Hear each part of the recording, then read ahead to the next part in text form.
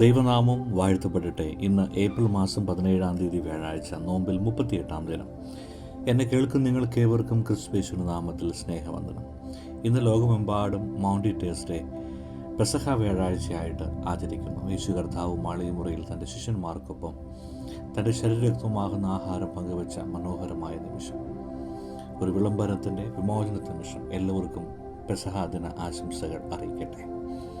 അല്പസമയ ചിന്തയ്ക്കും ധ്യാനത്തിനുമായി തിരഞ്ഞെടുത്തിരിക്കുന്ന ചിന്താവിഷയം resurrection power, പുനരുത്ഥാനത്തിൻ്റെ ശക്തി എന്നതാണ്. അതിനാധാരമായി അപ്പോസ്തലനായ വിശുദ്ധ പൗലോസ് ഫിലിപ്പിയർക്ക് എഴുതിയ ലേഖനം 3-ാം അധ്യായം അതിൻ്റെ 10 മുതൽ 10-11 വാക്യങ്ങളാണ്.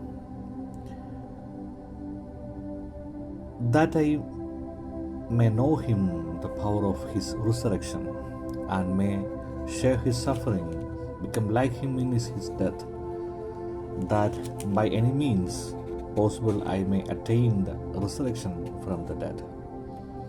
അവൻ്റെ മരണത്തോട് അനുരൂപപ്പെട്ടിട്ട് അവനെയും അവൻ്റെ പുനരുത്ഥാനത്തിൻ്റെ ശക്തിയെയും അവൻ്റെ കഷ്ടാനുഭവങ്ങളുടെ കൂട്ടായ്മയും തിരിച്ചറിയേണ്ടതിനും ഇങ്ങനെ വല്ല വിധേനയും മരിച്ചവരുടെ ഇടയിൽ നിന്ന് പുനരുത്ഥാനം പ്രാപിക്കണമെന്നും വെച്ച് ഞാൻ അവൻ്റെ നിമിത്തം എല്ലാം ഉപേക്ഷിച്ച് ചവറ് എന്ന് എണ്ണുന്നു. പുനരുത്ഥാനത്തിൻ്റെ ശക്തി എന്നത് ക്രിസ്തു വിശ്വാസത്തിലെ ഏറ്റവും ശക്തമായ സത്യങ്ങളിൽ ഒന്നാണ്. ഇതിൻ്റെ അർത്ഥം ദൈവം ക്രിസ്തുവിനെ മരിച്ചവരുടെയിൽ നിന്ന് ഉയർത്തിയ അതേ ശക്തി നമ്മിലുമുണ്ടെന്നുള്ള ഒരു വലിയ വിശ്വാസമാണ് അത് പങ്കുവയ്ക്കുന്നത്. പുനരുത്ഥാനം അഥവാ റിസറക്ഷൻ എന്ന് പറയുമ്പോൾ യേശു കർത്താവ് മരണത്തെ അതിജീവിച്ച് 3-ാം ദിവസം ഉയർത്തെഴുന്നേറ്റു എന്നത് സൂചിപ്പിക്കുന്നു. ഇവിടെ ശക്തി എന്നത് ദൈവം ഈ അത്ഭുതം സാധ്യമാക്കിയ അതിപ്രഭാവമായ ശക്തിയാണ് സൂചിപ്പിക്കുന്നത്. അതുകൊണ്ട് തന്നെ പൗലോസ് അപ്പോസ്തലൻ റോമർക്ക് എഴുതിയ ലേഖനം 8-ാം അധ്യായം 11-ാമത്തെ വാക്യത്തിൽ പ്രകാരം പറയുന്നു, യേശുവിനെ മരിച്ചവർ ഉയർത്തെഴുന്നേൽപ്പിച്ചവൻ്റെ ആത്മാവ് നിങ്ങളിൽ വസിച്ചാൽ ക്രിസ്തുവിനെ മരിച്ചവർ ഉയർത്തെഴുന്നേൽപ്പിച്ചവൻ്റെ ഏൽപ്പിച്ചവൻ നിങ്ങളുടെ മരണമൊഴിയുന്ന ശരീരങ്ങളെയും അതേ ആത്മാവിൻ മുഖാന്തരം ജീവിപ്പിക്കും. ശരിക്കും ഇതിന് ശക്തി എന്ന് പറയുന്നത്, അല്ലെങ്കിൽ പുനരുത്ഥാനത്തിൻ്റെ ശക്തി എന്ന് പറയുന്നത് പാപത്തിനും മരണത്തിനും മേലുള്ള വലിയ വിജയമാണ്. വിശ്വാസികളായ ക്രൈസ്തവരായ ആളുകൾക്ക് പുതിയ ജീവിതവും അത് സമ്മാനിക്കുന്നു. 3, ആത്മീയ ബലവും ഉത്സാഹവും സമ്മാനിക്കുന്നു. അതുകൊണ്ട് വ്യക്തിപരമായി നമ്മുടെ ജീവിതത്തിൽ ഈ ശക്തി നമ്മളെ മാറ്റും. നമ്മുടെ നിർജീവമായ അവസ്ഥകൾക്ക് ഭേദം വരും. നമ്മുടെ വിശ്വാസത്തിൽ വ്യത്യാസം വരും. ഒരു ഉജ്ജ്വലമായ ജീവിതത്തിലേക്ക് നമ്മളെ നയിക്കും. പൗലോസ് അപ്പോസ്തലൻ ഫിലിപ്പിയർക്ക് എഴുതിയ ലേഖനം 3-ാം അധ്യായം 11-ാമത്തെ വാക്യത്തിൽ യേശു കർത്താവിന് ഏറ്റവും പരിവർത്തനാത്മകമായ രീതിയിൽ അടുത്തറിയാനുള്ള തൻ്റെ ആഴമേറിയ ആഗ്രഹം പ്രകടിപ്പിക്കുന്നൊരു ഭാഗമാണ്. കാരണം പൗലോസിനെ സംബന്ധിച്ച് കർത്താവിനൊപ്പം പുനരുത്ഥാനം ചെയ്യണമെന്നുള്ള ആഗ്രഹമുണ്ട്. അതേപോലെ പുനരുത്ഥാനം ചെയ്യണം, ആ നിത്യമായ ജീവിതത്തിന് അവകാശിയാകണം എന്നൊരു വലിയ ആഗ്രഹമുണ്ട്. അതുകൊണ്ട് ഈ വാക്യത്തെ സൂക്ഷ്മമായി വായിക്കുമ്പോൾ ആ ആഴമേറിയ ആഗ്രഹം നമുക്ക് കാണാൻ കഴിയും. അതുകൊണ്ട് തന്നെ ഈ പുനരുത്ഥാനത്തിൻ്റെ ശക്തി അനുഭവിക്കാനുള്ള ചില മാർഗങ്ങളിൽ കൂടെ പൗലോസ് അപ്പോസ്തലൻ പറയുന്നുണ്ട്. 1, ക്രിസ്തുവിനെ തന്നെ അറിയുക എന്നതാണ്. 2, അവൻ്റെ പുനരുത്ഥാനത്തിൻ്റെ ശക്തി തിരിച്ചറിഞ്ഞ് അവൻ്റെ കഷ്ടപ്പാടുകളിൽ പങ്കുചേരുക. ഇതെല്ലാം പുനരുത്ഥാനത്തിൻ്റെ പ്രത്യാശയിലേക്ക് നയിക്കുന്നതാണെന്ന് പൗലോസ് അപ്പോസ്തലൻ പറയുക. നമുക്ക് കുറച്ച് സൂക്ഷ്മമായും ആഴമായി ഈ വിഷയത്തെ ഒന്ന് പഠിക്കാം. പൗലോസ് അപ്പോസ്തലൻ വളരെ വ്യക്തമായി പറയുന്ന ഒരു കാര്യം ഇതാണ്: ക്രിസ്തുവിനെ വ്യക്തിപരമായും ആഴത്തിലും നിങ്ങൾ അറിയണം. എങ്കിൽ മാത്രമേ നിങ്ങൾക്ക് ഈ പുനരുത്ഥാന നിറവിലേക്ക് പ്രവേശിക്കാൻ കഴിയുള്ളൂ. പൗലോസ് അപ്പോസ്തലൻ പറഞ്ഞു, ഞാൻ അവനെ അറിയട്ടെ എന്ന് പറയുന്ന ഒരു പ്രസ്താവന നമ്മൾ വായിക്കുമ്പോൾ കേവലം ബുദ്ധിപരമായോ ഭൗതിക ധാരണകൾക്കപ്പുറമോ മതപരമായ ഔപചാരികതയ്ക്കപ്പുറം യേശുവിനെ വ്യക്തിപരമായി അനുഭവിച്ചറിയുന്നതിനെക്കുറിച്ചാണ്, അല്ലെങ്കിൽ ആ ഒരു അറിവിനെക്കുറിച്ചാണ് പൗലോസ് അപ്പോസ്തലൻ പറയുന്നത്.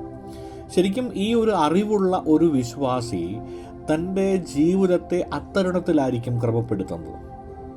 അപ്പോൾ ക്രിസ്തുവിൻ്റെ ദൗത്യം എന്താണെന്നും ക്രിസ്തുവിൻ്റെ സ്വഭാവം എന്താണെന്നും ആ സ്വഭാവത്തിലേക്ക് ഇൻകോർപ്പറേറ്റ് ചെയ്യുന്ന ഒരു സ്ഥിതിവിശേഷം അവിടെ സംജാതമാവും. അത് വ്യക്തിപരമായി അറിഞ്ഞവർക്ക് മാത്രമേ സാധ്യമാകത്തുള്ളൂ. അത് ബുദ്ധി കൊണ്ട് മനസ്സിലാവില്ല. അത് വ്യക്തിപരമായി അവൻ എനിക്ക് ആരാണെന്നുള്ള തിരിച്ചറിവിൽ മാത്രമാണ്. പൗലോസിനെ സംബന്ധിച്ച് വളരെ ശക്തമായി ഇത് പറയാനുണ്ട്. ഡെമസ്കോസിന് പടിവാതിൽക്ക് വെച്ച് ക്രിസ്തു ആരാണ് എന്ന് വളരെ കൃത്യമായി മനസ്സിലാക്കിയോണ്ട് പറയുന്നു, നിങ്ങൾ എന്ത് ചെയ്യണം? നിങ്ങൾ ക്രിസ്തുവിനെ വ്യക്തിപരമായും ആഴത്തിലും അറിയണം. എങ്കിൽ മാത്രമേ പുനരുത്ഥാനത്തിന് ശക്തി അനുഭവിക്കാനായിട്ട് കഴിയുള്ളൂ. 2, പുനരുത്ഥാനത്തിനൊരു ശക്തിയുണ്ട് എന്ന് നിങ്ങൾ തിരിച്ചറിയണം. എന്താണ് ആ ശക്തി എന്ന് പറയുന്നത്? യേശുവിനെ മരിച്ചവരുടെ ഇടയിൽ നിന്ന് ഉയർപ്പിച്ച ശക്തി. അതെന്താണ്? അത് എങ്ങനെയാണ് ജീവിപ്പിക്കാൻ പോകുന്നത് എന്നുള്ള വലിയ ഒരു ആശങ്കയും ആ കാര്യത്തെക്കുറിച്ച് അറിയാനുള്ള അടങ്ങാത്തൊരു ജിജ്ഞാസയും പൗലോസിനുണ്ടായിരുന്നു. അതുകൊണ്ട് ഈ ശക്തി എന്ന് പറഞ്ഞ കേവലം ഒരു ശക്തി മാത്രമാണ്, ഒരു ചരിത്രപരമായ ഒരു വസ്തുതയായും അതിനെ അവതരിപ്പിക്കുന്നുണ്ട്. വിശ്വാസ ജീവിതങ്ങളിൽ നിലനിൽക്കുന്നവർക്ക് പാപത്തിനും മരണത്തിന്മേൽ ജീവിക്കുവാൻ കഴിയുമെന്നത് യേശു കർത്താവിൻ്റെ ജീവിതത്തിലൂടെ കാണിച്ചു നൽകുകയാണ്. പരീക്ഷണങ്ങളിലൂടെ തങ്ങളുടെ ജീവിതത്തിലെ പ്രലോഭനങ്ങളെ എല്ലാം കൃത്യമായി പ്രതിരോധിക്കുവാൻ നമുക്ക് സാധ്യമാക്കുന്നത് ഈ പുനരുത്ഥാനത്തിൻ്റെ ശക്തി തന്നെയാണ്. മനുഷ്യജീവിതത്തിൻ്റെ പ്രത്യാശയെക്കുറിച്ച് വളരെയധികം ഊന്നൽ നൽകുന്ന ഒരു ഭാഗവും കൂടെയാണ് ഈ വിവരണം. അതുകൊണ്ട് പുനരുത്ഥാനത്തിൻ്റെ ശക്തി അത് യാഥാർത്ഥ്യമാണ്. അത് തിരിച്ചറിഞ്ഞ് അതിനൊത്തവണ്ണമായിരിക്കുക എന്നുള്ളതാണ് നമ്മുടെ വലിയ ദൗത്യം. അതോടൊപ്പം തന്നെ പൗലോസ് ചേർത്ത് വെക്കുന്നൊരു കാര്യമുണ്ട്. ക്രിസ്തുവിൻ്റെ കഷ്ടപ്പാടുകളിൽ പങ്കുചേരണം. അതായത് വിശ്വസ്തയോടുകൂടെ ജീവിക്കുമ്പോൾ നിശ്ചയമായും പലതരത്തിലുള്ള പ്രതിസന്ധികൾ നേരിടാം. ക്രിസ്തുവിനായി വിശ്വസ്തമായി നിലകൊള്ളുമ്പോൾ ഒരുപാട് ആരോപണങ്ങൾ കേൾക്കാം, ഒരുപാട് വിമർശനങ്ങൾ ഉയരാം. വിമർശനങ്ങൾ ഉയരുമ്പോൾ നമ്മൾ ഏറ്റവും ശരിയായ വഴിയിലാണ് സഞ്ചരിക്കുന്നുള്ള വലിയ ബോധ്യം നമുക്ക് പങ്കുവയ്ക്കുന്നുണ്ട്. ക്രിസ്തുവിനെ സംബന്ധിച്ച് ഏറ്റവും കൂടുതൽ വിമർശനശരം ഉയർന്ന ഒരു വ്യക്തിയാണ്. ജീവിതത്തിൽ കളങ്കം പോലും ഇല്ലാത്ത ഒരു വ്യക്തിക്ക് ഇത്രത്തോളം പരിഹാസവും നിന്ദയും ക്രൂശുമരണവും വിധിക്കപ്പെട്ടെങ്കിൽ ബലഹീനതകളും കുറവുകളുമുള്ള നമ്മുടെ ജീവിതത്തിൽ എത്രയധികമായിരിക്കും.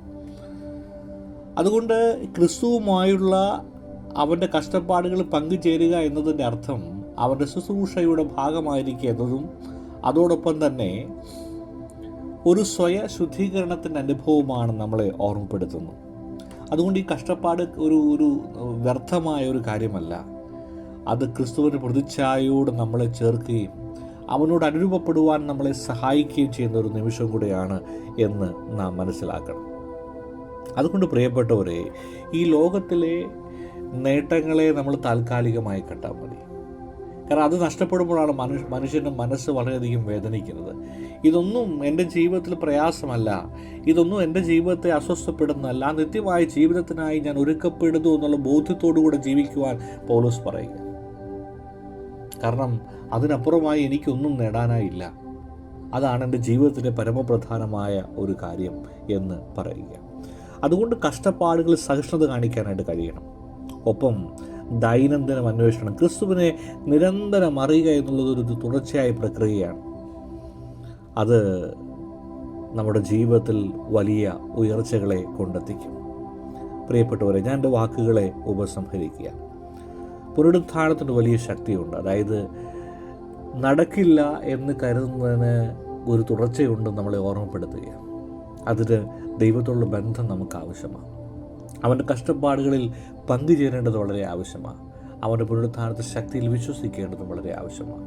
അത് ചെയ്യുമ്പോൾ നിശ്ചയമായും നമ്മുടെ ജീവിതം ഏറ്റവും മനോഹരമായി തീരും. പുനരുത്ഥാനത്തിൻ്റെ ശക്തിയിൽ നിലകൊള്ളുവാൻ സർവശക്തനായ ദൈവം നിങ്ങളെ സഹായിക്കട്ടെ. നിങ്ങൾക്ക് എല്ലാവിധ അനുഗ്രഹങ്ങളും നേരുന്നു. കണ്ണുകളെ അടയ്ക്കാം, പ്രാർത്ഥിക്കാം. പരിശുദ്ധനായ ദൈവമേ, അവിടുത്തെ പരിശുദ്ധാത്മ നിറവോടുകൂടി നാളുകൾ ജീവിപ്പാൻ അവിടെ ഞങ്ങളെ സഹായിക്കുന്നുവല്ലോ. പുനരുത്ഥാനത്തിൻ്റെ ശക്തിയെക്കുറിച്ച് അവിടെ നിങ്ങളെ കേൾപ്പിച്ചുവല്ലോ. വചനത്തിൻ്റെ ആഴങ്ങളെ തിരിയുവാൻ അവിടെ ഞങ്ങളെ സഹായിച്ചുള്ളൂ. കേട്ട പോലെ അതിന് യോഗ്യമാണ് ഞങ്ങളുടെ ജീവിതത്തെ ക്രമപ്പെടുത്തുവാൻ ഞങ്ങളെ സഹായിക്കണം. പ്രാർത്ഥനയും യാചനയും ശ്രദ്ധ വെച്ച് കേട്ടതിനായി സ്തോത്രം. സകലവും യേശുവിൻ ധന്യമുള്ള നാമത്തിൽ തന്നെ ആമേൻ. നിങ്ങളുടെ വിലപ്പെട്ട അഭിപ്രായങ്ങൾ കമൻറ്റ് ബോക്സിൽ രേഖപ്പെടുത്തുക. നിങ്ങളിതുവരെയും സബ്സ്ക്രൈബ് ചെയ്തിട്ടില്ലെങ്കിൽ നിശ്ചയമായും സബ്സ്ക്രൈബ് ചെയ്ത് സഹകരിക്കുക. ഒപ്പം നിങ്ങളുടെ സുഹൃത്തുക്കളിലേക്ക് ഇത് എത്തിക്കുക. ജീവൻ്റെ വചനം അനേകരിൽ വിളങ്ങട്ടെ.